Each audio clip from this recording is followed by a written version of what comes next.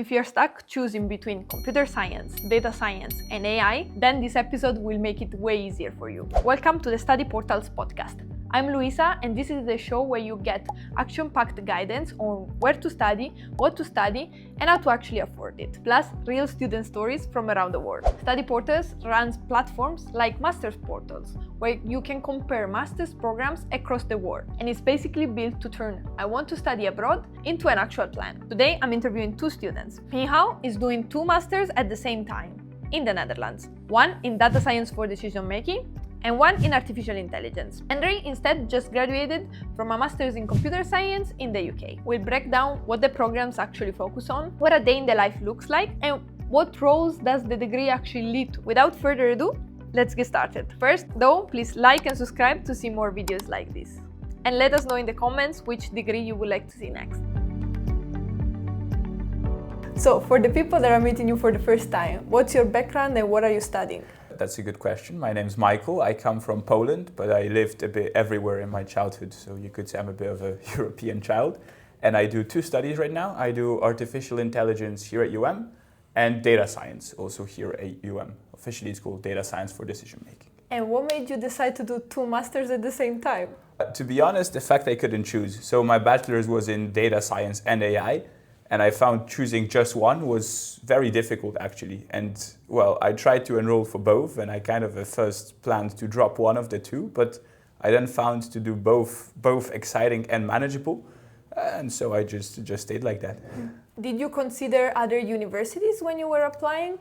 Or was it the course always for you important? What was your thought process behind that? That's a very good question, actually. I have found that, being here for 3 years, I actually enjoyed being here. And I also found I've built a nice sort of social group and I kind of organized my life here. So I think that was a bit of a big factor to stay here.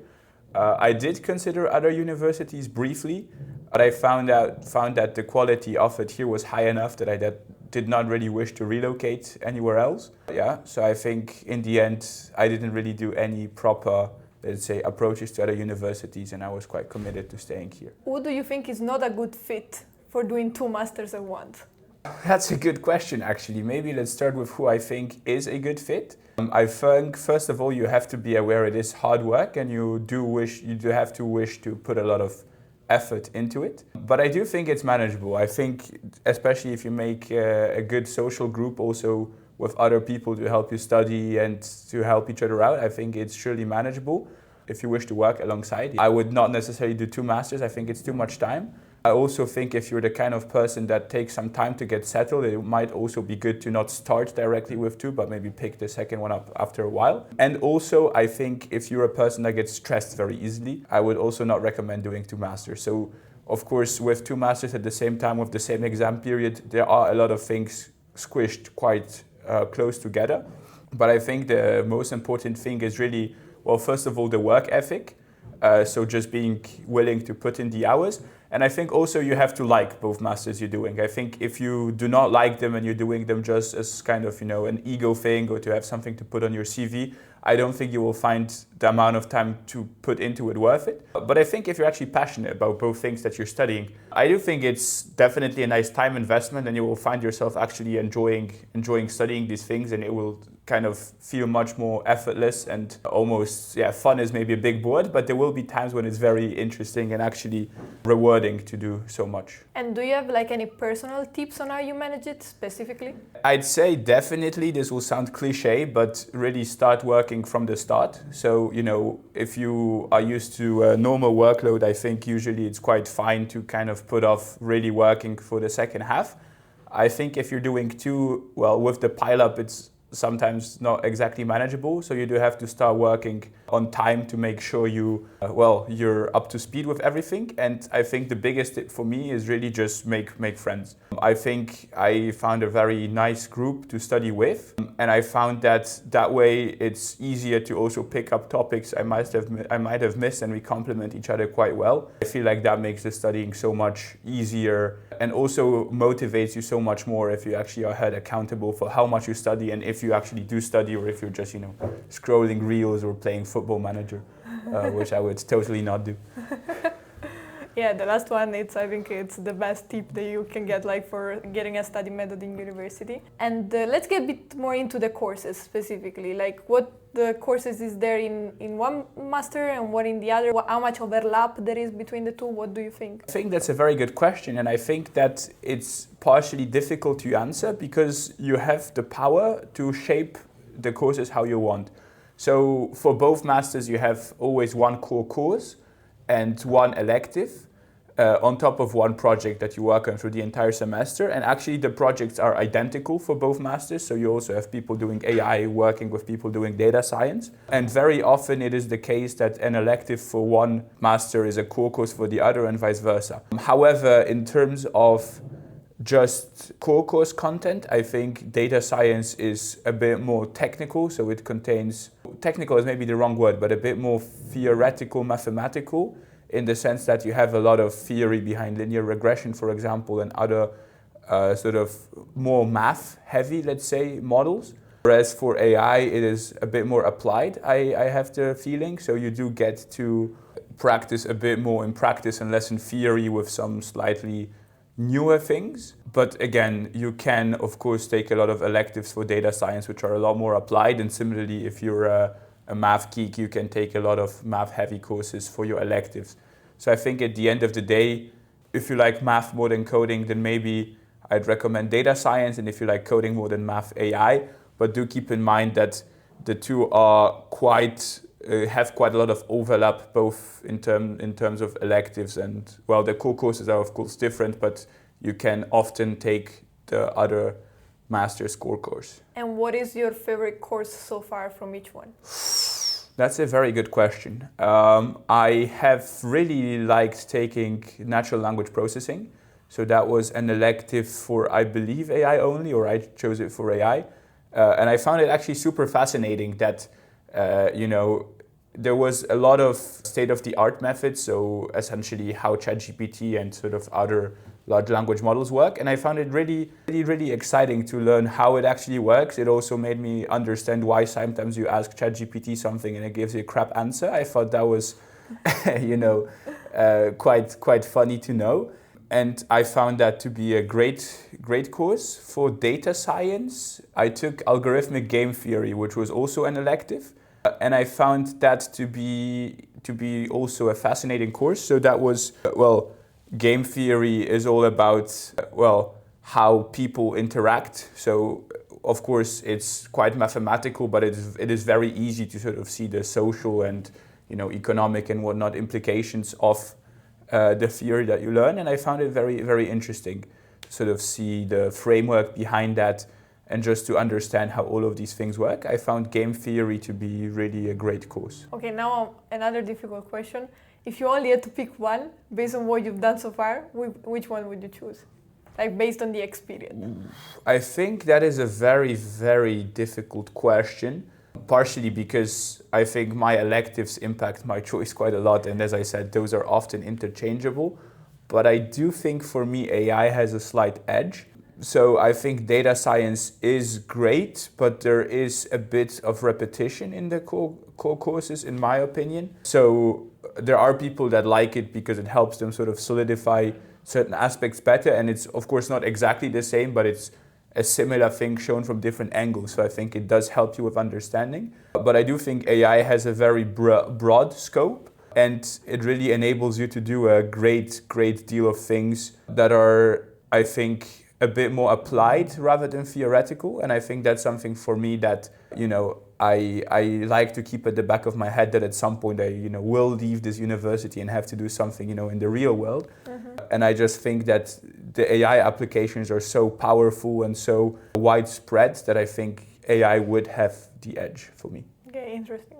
So let's talk a bit about now the future career that you get out of it, or better, which skills does each master prepare you for? So what do you think are the roles that you could apply after doing either master?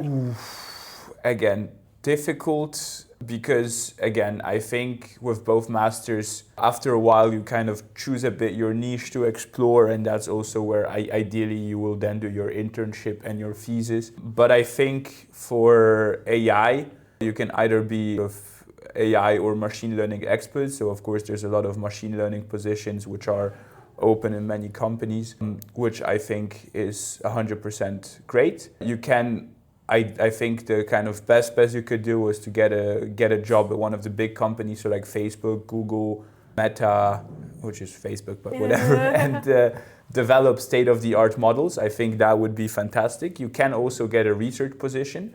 So the university does provide a lot of opportunities for you to, if you work on a project, to then go and try and publish these projects. So I think this is quite nice that there is this connection with not the industry, but with the academic world. There's also connections with the industry. For data science, I think also machine learning expert or data analyst. I think that is perhaps a bit more the case for data science than for AI. And yeah, again, data analysts are present in a lot of things. One that does apply to me personally that I would like to kind of take a look at is sports. So I'm a very big sports fan. I love, you know everything you name it, football, volleyball, basketball. And I think it would be fantastic, for example, one day to work for a big sports team and help them analyze the data. Because, you know, nowadays footballers have tracker on like every part of the body and they have so much data. But actually learning what to do with this data to take an edge is, I think, still something that they don't use to the best of the possibilities. I think they don't use it as much as they could. And I think that is something that for me, I'm keeping in the back of my head. It might be nice. Also, I think Formula One has some... Yeah, I was about to say. So I think that is something I would like to slowly start exploring as well, because I think it might be a very fun opportunity also to work in an environment that I would like to explore a bit better. I think that's it's very cool job opportunities, let's say. And you mentioned some projects. Maybe can you tell us a bit more what you worked on recently, for example? Yes, so I did a research project. So every semester next to our subject, we have a project that is the entire semester long.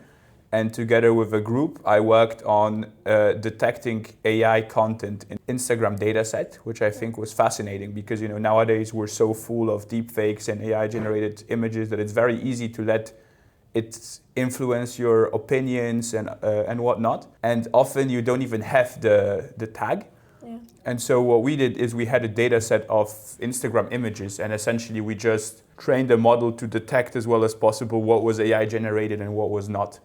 And I found that was super cool. I also had a project where I developed a chess engine. So this is actually the first project you do coming in for intelligent search and games, where the professor gives you a chess variation so that you don't get to cheat too much online. And you have to essentially develop your whole framework for, first of all, to run the game, and then also to actually create an engine and to have the computer play against you. And it's super, super rewarding to see how eventually it gets better than you and you struggle more and more and more to beat it. Other cool projects. We also did one which I found was super cool. It was a smaller one, but we trained a model that if you gave it a black and white image, it could then restore the color. So that was also very cool to see. It did not work just as well as we thought, but it was like a 2 weeks small project. But it was interesting to see the theory behind it, and of course it did get some of the colors. I thought that was nice. And also for data science, we had a signal and image processing course, which did not have sort of big projects, but we had labs where we, for example, learned a lot about how you can analyze heartbeat signals or ECGs, EEGs, but also how to analyze images. So for example, how you could, without any large language models, but just with pure maths, for example, try to remove stripes from a zebra image. Which, you know, maybe isn't the most practical, but I can imagine you can see a lot of benefits from there. So I think a lot of cool opportunities. And as I said, I think it's nice that you get to choose your own. And then the advantage of the double masters that I get to, well, try a wider variety of these. So maybe you can tell us also, what does a typical week in your life look? So is it like always studying, or do you have time for something else? Do you have lectures? What's going on? So maybe let's start with also what I do on the side. So I have the 2 masters, and on top of that, I'm a rowing coach. So here also at the University Boat Club, I coach the senior men's boats, and I tutor math in the afternoon. So I'd say I have quite a busy week. But usually coaching is usually on the weekends. And sometimes throughout the week I have it one morning, but usually I try to keep my weekends mostly for uni. I'd say, Monday through Friday, I spend most of my days at uni, around 6 to 8 hours maybe. But of course, it's not just sitting in class. So a big part of it is also just sitting, working with people, either studying together or, there is of course attending lectures, but also working on group projects, on individual projects. So it is quite independent. I think 60%, if not more of the time you do is non-contact hours.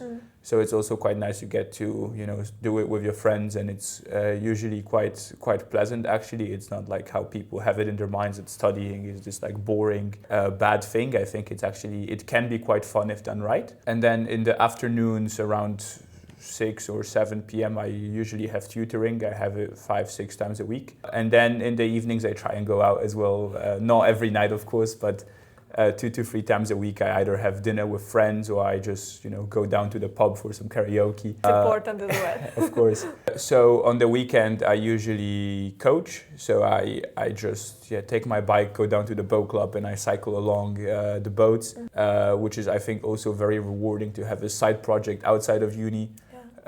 Which kind of also lets me turn my mind off. I try to run or play some squash as well. And I actually travel quite a lot. I've been to Paris a couple times this year, to Amsterdam, Brussels, Bruges was it? I think Bruges.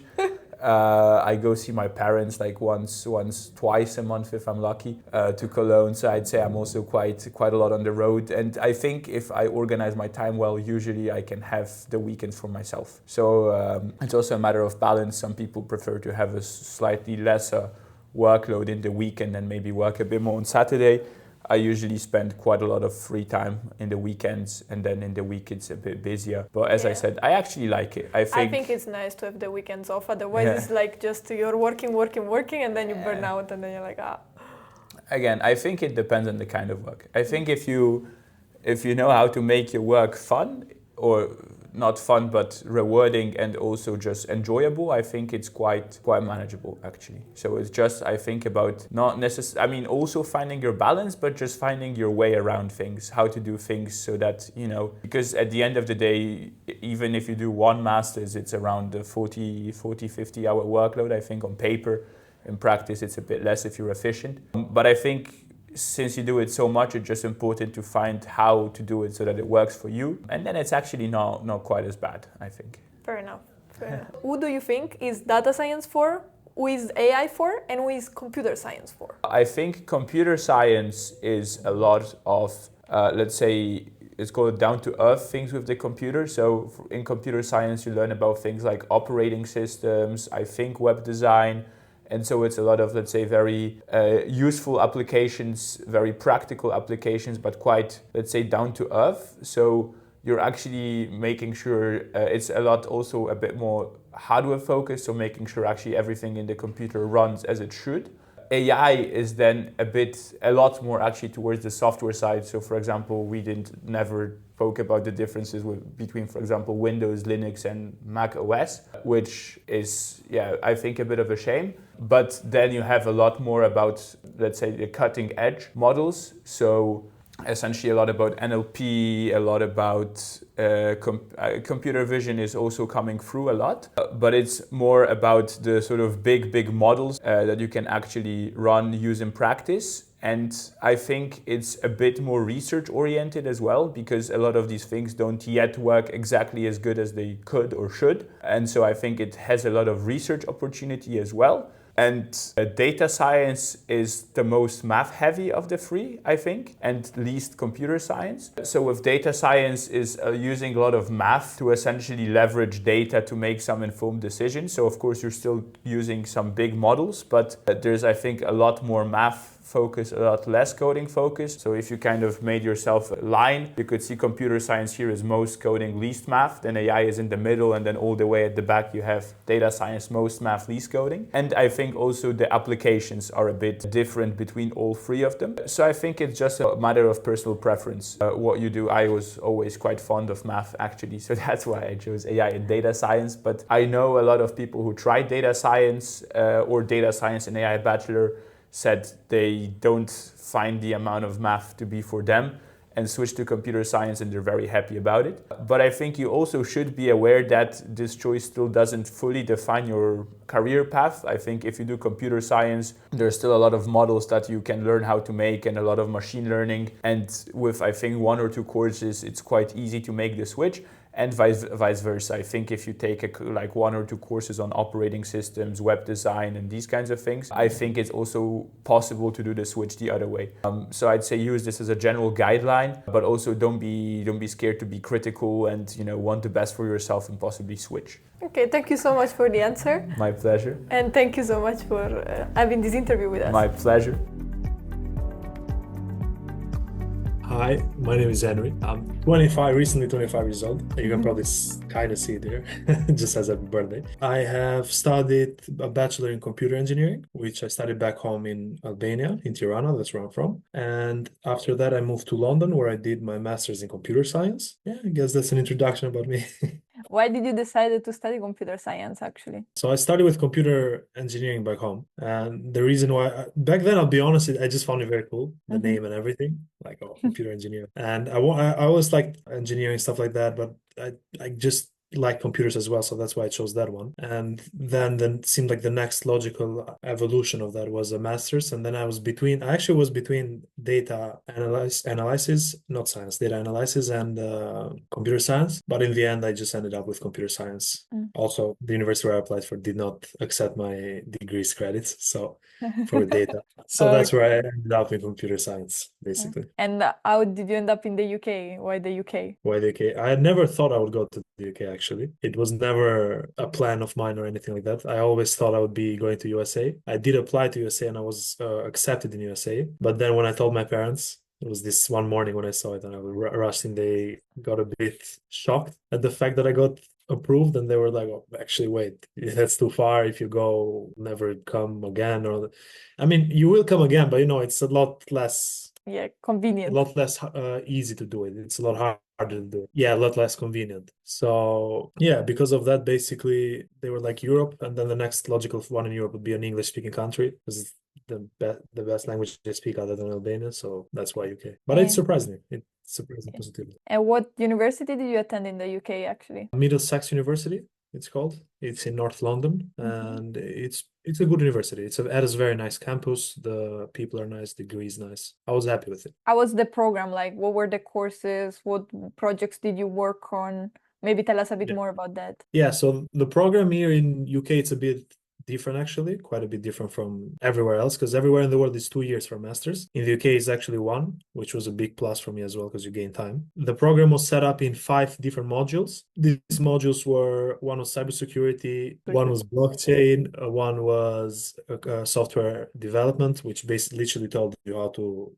The professor acted as if he was a company developing, asking us to develop a program. And there was one other module for theory, and the 5th module was our individual project, where we had to basically make something ourselves. It could be a research, could be a program, could be application, anything. You just had to present it, you had to showcase it, you had to build it yourself, and everything like that. And so it was half of the year was those 4 modules, and then the other half was the program itself, the individual project. And which part was your favorite? Did you have like a course or a project that was your favorite one? Probably the software development class. The individual project, it was nice because it gave you a lot of freedom. You did what you wanted and you had your own time, a lot of time. But the software development, the way that he acted like he was a company, because he would actually he would tell us nothing. He'd be like, why are you asking me? I'll take points away from you if you ask me if this is right, or if you show me code. I don't care. I just want to see the final product, if it's working or not, because I'm paying for it, So I'd say that was my favorite one, actually.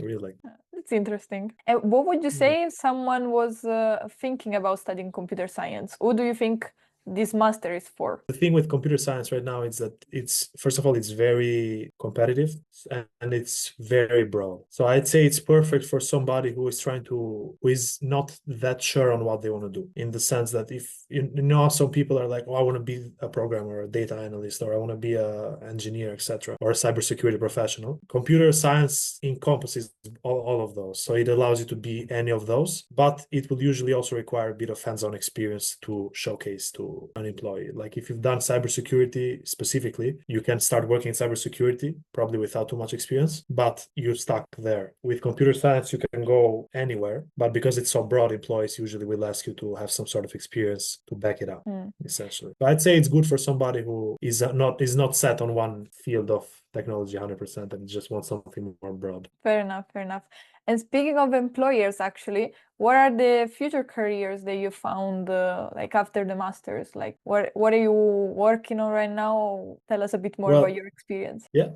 I mean, there's a bit of everything, to be honest. Like you can, as I said, you can go nearly on any field with computer science within the tech sphere always. Personally, I had experience in IT previously. I had worked for banks and another server company doing IT back when I was doing my bachelor. So since I had experience there, I followed that trail because it made more sense. After I finished my studies, I found the 3-month contract with City St. George's University. It's a university in London, working IT there. And just after I finished that, I was a bit lucky, but I found another position. I'm working for a finance firm right now, and I'm providing all the IT services for that finance firm at the moment. So it's a relatively small team because it's only for the firm itself, but we're covering anything from setting up the systems, supporting the finance team and everyone who's doing day trading, supporting the infrastructure, switches, networks, everything, and communicating with outside parties that offer us services for the company, basically. So I personally, as I said, you choose to go anywhere. I've gone more in the IT field, and that's where I am at the moment. Yeah, that's the thing about computer science is like you can go in a lot of different sectors, let's say. But what is it like then actually studying and then now working in London? Because maybe like it can be interesting for the people that are watching to know your perspective on it. Studying is one thing and working is one thing. It's very different. Let's start with the studying first then. Yeah, studying, you have the stress of your exams or projects or deadlines, and it will teach you a lot of stuff. It will teach you how to manage your time and how to reach a goal in a certain deadline, I would say. But it will not teach you what a job will teach you. The job will always have different stuff from studying, from what you did in your courses and stuff like that. And I would say as important as a degree is, especially for opening you the door to enter in the job market, a hands-on experience is a must, I would say, for everybody. It will be a plus both on your CV and on how you present yourself and how you'll be able to work tomorrow in any field, in any place, essentially. Try and get apprenticeships, try and get experience. London is very busy, it's chaotic, it has a giant market, but also it has a lot of competition. So be prepared to anybody. Fair enough, fair enough. I was about to say, do you feel like career-wise, since you're in London, you feel like you have a lot of opportunities to pursue what you want? Opportunities. There's an insane amount of opportunities in London. I'm sure there might be some city out there who might have a bit more, but it's definitely up there near the top of the world for opportunities. But as I said, to achieve these opportunities, you need to differentiate yourself. You need to do something to prove that, hey, when you go to that employer, you're like, hey, I'm me, and I'm one of the hundreds who have applied here, probably. But this is the reason why you should hire me. I have this thing that differentiates me. You need one thing, basically. I don't know what that is. Anyone can find their own thing, but you need one thing to differentiate you in that sea of people, basically. Fair enough. Actually, maybe let's dive into more, because I'm thinking maybe it might be interesting for someone watching that what it's like to study, be an international student in the UK and then work in the UK post-Brexit, or in general, like how easy it is to get like the visa and then so on and so forth. Maybe you can share as well your experience there, because I think it's interesting. For me, Brexit didn't do much of a difference because Albania is not the European Union. Yeah, true. I know that for France and people who were part of EU, are part of EU, but because left the European Union via Brexit, they had to pay, for example, full international fees. So for a lot of European students, a good heads up is that you will be paying a lot more than you used to, or as compared to a UK student. The thing I would say is, for me, the visa process was quite easy. I mean, as long as you have all of those documentations, as long as you have proof of your finances and everything that you can study in this country, it should really be a very straightforward process. As long as your university is recognized and official, because I know that there's some small ones that try and offer people visas. As long as you have a proper university, they tend to be very accepting towards students. And studying itself, it will be a bit hard to find a house. Be careful. People will try and scam you. I have a friend who, not here in the UK, in Italy, but it's pretty much the same anywhere, I'd say, who did get scammed of quite a lot of money because they told him to pay before he moved. He paid it, went there, and turned out they were never there. They didn't exist. In the Netherlands, And then he was even left, basically. Yeah. So he was left with lost money, and now he had no time because he was there with luggages just moving. Where do I go? So he had to even pay for an hotel for X amount of time until he found his new place. So be very careful when finding a home. Try and use official portals. Try and use sites that possibly protect your deposits and stuff like that. Never send money directly to people. Never just like without seeing the person. At least try and get a video call. At least. It's the minimum, not just via messages. It will be a bit of a hard experience to find a house in London because there's a lot of students and they're very expensive, a lot of demand. But I'm sure anyone will be able to find a place. And once you do, it's pretty streamlined. It was a good experience to be a student in London, I'd say. It feels a bit surreal. Yeah, I can imagine. Actually, would you say that maybe if someone is considering to come to like the one day wants to live in the UK, would like going for the master there and like do this whole process something that like would help a lot with settling in the country? Yeah, definitely. I'd say studying in the UK is probably the one of the better ways to move to the UK if it's a place you want to move to. It allows you to. It's probably one of the better routes, one of the most official and legal routes, and one of the best routes in the sense that you come here, you have time to study, but when you're studying, that also allows you time to see how the place is and allows you to realize whether you like the country or not. Because there's a lot of people who might think that it's their dream place and then come here or anywhere and then realize maybe it's not. So I think